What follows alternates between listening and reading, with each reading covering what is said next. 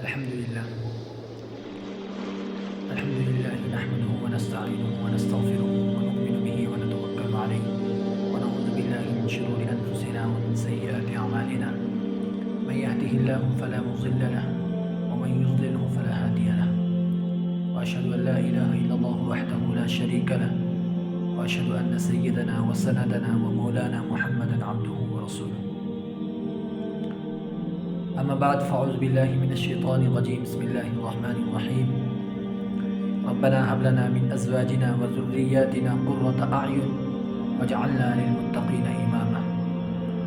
وقال تعالى: رب إني لما أنزلت إلي من خير فقير.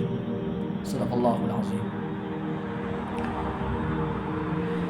اللہ رب العزت کا بحد فضل، اس کا کرم، اس کا احسان ہے. خداوند قدوس نے محض اپنے فضل سے ہم سب کو ایمان کی دولت سے نوازا اور محبوب کبریا محمد رسول اللہ صلی اللہ علیہ وسلم کی امت میں پیدا فرمایا. یہ محض اللہ تعالیٰ کا فضل، اس کا کرم، اس کا احسان ہے. محترم سامعین کرام، ہمارے معاشرے، ہمارے سوسائٹی میں، یا یوں کہہ لیجئے کہ پوری نسل انسانیت میں حسن و جمال اور خوبصورتی کو بہت ہی زیادہ اہمیت دی جاتی ہے، اور یہ حسن و جمال اور خوبصورتی یہ ایک اپنی جگہ بہت ہی زیادہ اہمیت رکھتا ہے. لیکن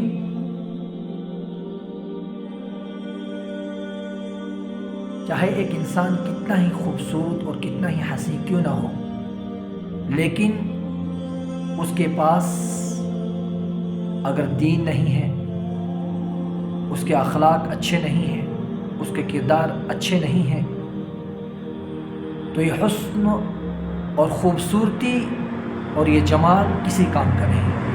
لہٰذا انسان کتنا ہی حسین کیوں نہ ہو، لیکن کبھی بھی وہ دین اور اخلاق اور کردار کے برابر نہیں ہو سکتا.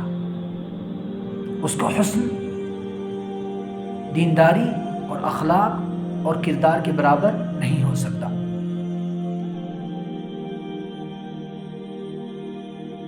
اسی لیے ہم دیکھتے ہیں کہ ہمارے معاشرے اور ہماری سوسائٹی میں بہت ساری لڑکیاں ایسی ہیں اور بہت سارے لڑکے ایسے ہیں جو شادی جیسے عظیم ترین عمل سے محروم رہ جاتے ہیں. کیوں؟ اس کی وجہ یہ ہے کہ ہمارے معاشرے کا مطلوبہ معیار حسن ان کے پاس نہیں ہے.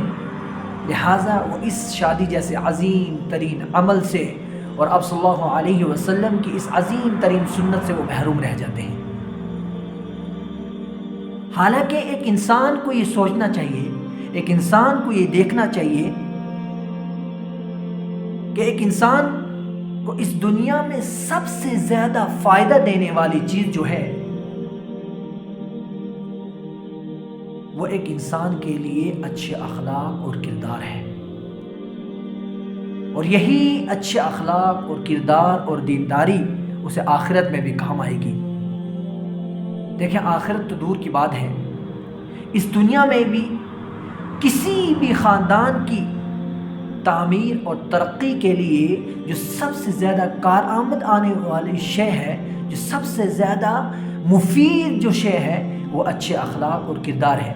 کسی خاندان کو پائے تکمیل تک پہنچانے والی چیز، کسی خاندان کو ترقی اور کسی خاندان کی بنیاد کو مضبوط کرنے والی جو چیز ہے وہ ہے اچھے اخلاق اور اچھے کردار. لہذا اگر کسی بھی انسان کو رشتے کی ضرورت ہے اور اس کو رشتے کے لیے ان دونوں چیزوں میں سے اگر کوئی ایک چننا پڑے تو اسے چاہیے کہ اسے دین کو ترجیح دینا چاہیے. کیوں؟ اس کی وجہ یہ ہے کہ باقی ساری کی ساری چیزیں ختم ہونے والی ہے، فنا ہونے والی ہے۔ جیسا کہ مال و دولت ایک دن آنے جانے والی شے ہے، اسی طریقے سے حسن بھی آنے جانے والی شے ہے۔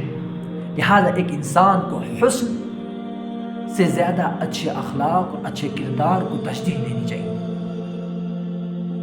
اب میرے محترم بزرگوں دوستو، یہاں پر یہ سوال پیدا ہوتا ہے کہ ایک انسان کے لیے رشتے کی تلاش میں کیا طریقہ کار اختیار کرنا چاہیے۔ ایک انسان کو اگر رشتہ تلاش کرنا ہو تو اس کے لیے کون سا طریقہ کار اختیار کرنا چاہیے؟ کیا وہی جو ہمارے معاشرے میں عام طور پر ہوتا ہے کہ رشتے کی تلاش میں مختلف جگہوں پر لڑکیاں دیکھی جاتی ہیں اور پھر ان کی خامیاں اور نقائص اور ناپسندیدہ چیزیں جگہ جگہ لوگوں کے درمیان بیان کی جاتی ہے؟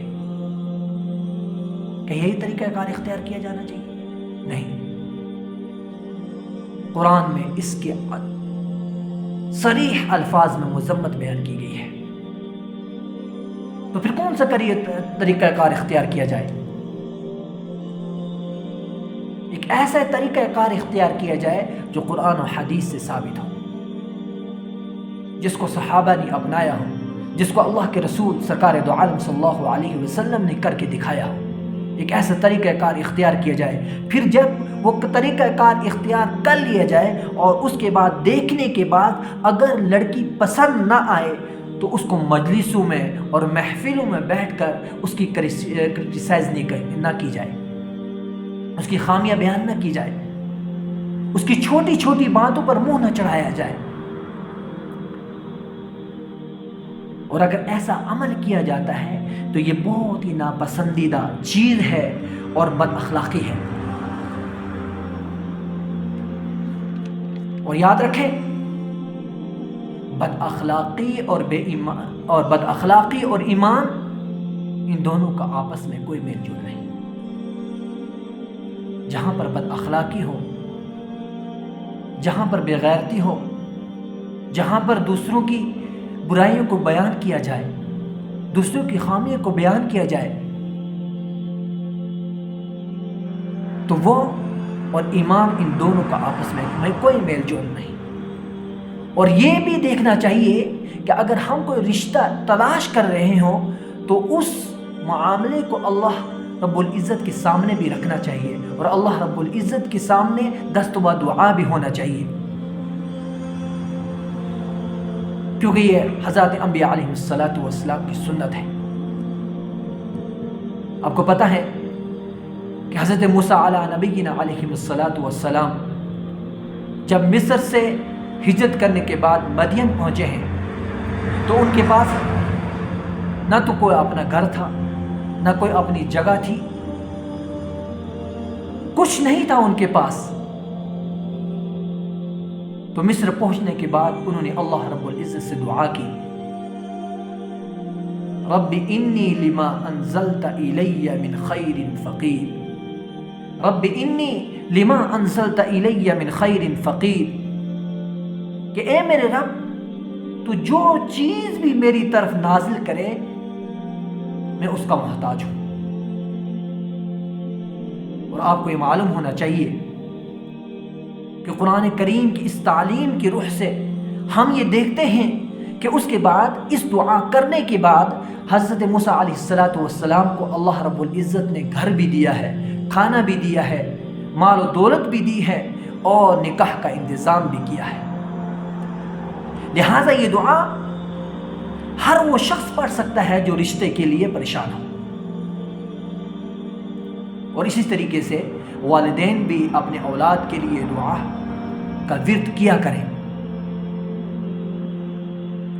اور اسی کے ساتھ قرآن کریم کی جو دوسری آیت ہے کہ ربنا هب لنا من ازواجنا وذرياتنا قرة اعین وجعلنا للمتقین اماما، یہ دعا بھی ایک رشتے کے لیے بہت ہی زیادہ مفید ہے۔